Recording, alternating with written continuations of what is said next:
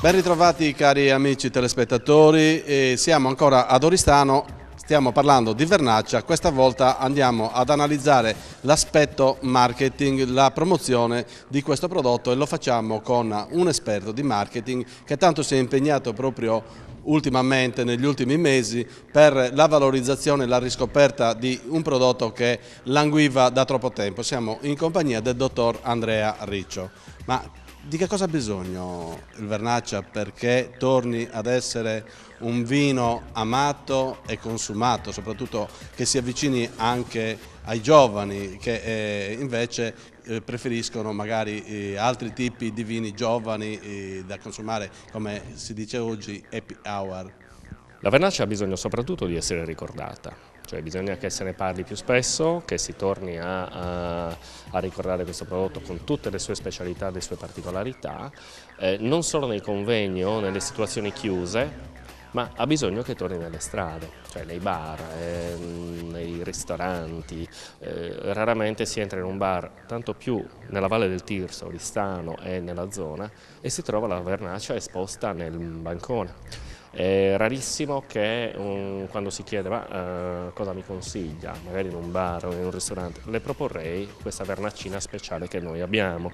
Cioè si è persa l'identificazione di questo prodotto territoriale, di questo prodotto speciale con il nostro territorio. Il nostro territorio va ad offrire prodotti di altri territori, cioè si è persa l'identità, si è perso l'orgoglio di avere un prodotto di tanta importanza, di tanto fascino, di tanta bellezza, di tanta bontà e non appunto, dimentichiamo di proporci in questa maniera pur avendo un prodotto così distintivo, così importante.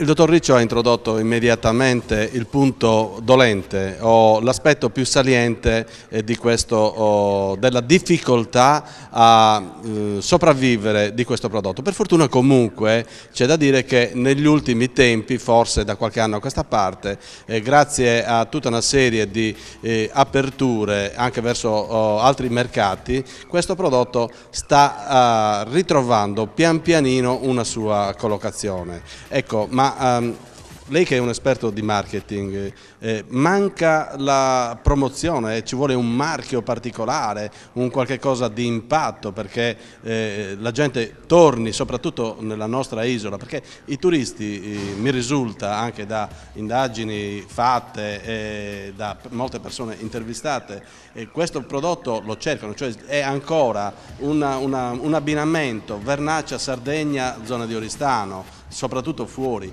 Non è che siamo stati noi, proprio noi che abitiamo nell'isola, ad aver fatto poco, quasi quasi averne decretato la fine di questo prodotto, dottor Ricci? Sono d'accordo, è più facile che sia un turista a chiedere alla Vernaccia che non un oristanese o un sardo. E questo è indicativo di come i turisti cerchino un prodotto locale, un prodotto simbolico del territorio, oltre che buono, oltre che con tutte le sue caratteristiche organolettiche che conosciamo, ma proprio un simbolismo, loro lo ricercano, noi oristanesi, per oristanese intendo proprio della Valle del Tirso, quindi di tutta la zona della provincia alta, o anche noi sardi, siamo proprio noi oristanesi a disdegnare questo prodotto. Un marchio no, non credo che sia un fatto di marchio.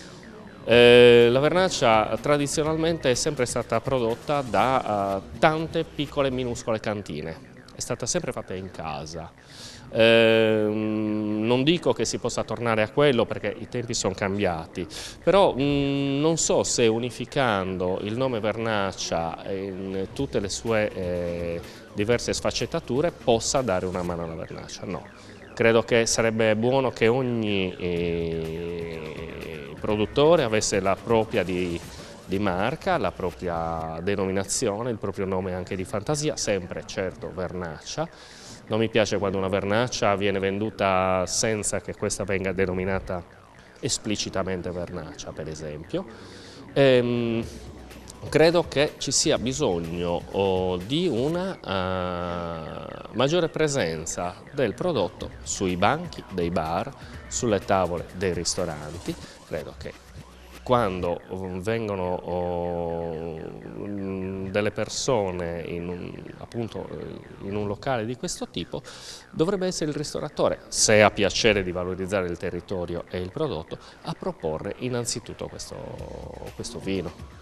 Io a questo punto vorrei focalizzare l'attenzione anche su un altro aspetto importante, secondo me non secondario assolutamente, che riguarda questo prodotto che stiamo esaminando con il dottor Andrea Riccio. Ecco, a livello istituzioni è stato fatto qualcosa, si fa qualcosa per promuoverlo, per aiutare anche, come lei diceva un attimo fa, è molto frazionata la produzione, era molto frazionata ma lo è ancora oggi. Certo ci sono delle grandi cantine che producono il vernaccia, però ce ne sono altrettante che lo vendono un po' in casa. Ecco, tutto questo a livello anche di promozione del prodotto aiuta, le istituzioni fanno qualcosa per proteggerlo, esiste il marchio DOP, esiste il DOC, tutto quello che vogliamo, ma è sufficiente questo? Ma un prodotto non so quanto debba avvalersi dell'aiuto delle istituzioni. Un prodotto deve andare avanti perché la gente lo richiede e la richiesta potenzialmente c'è. La vernaccia ha un vantaggio particolarissimo, è adorata dalla gente. Veramente, io ho provato a fare un esperimento, ho creato un gruppo su Facebook sulla vernaccia e... Cavatappi.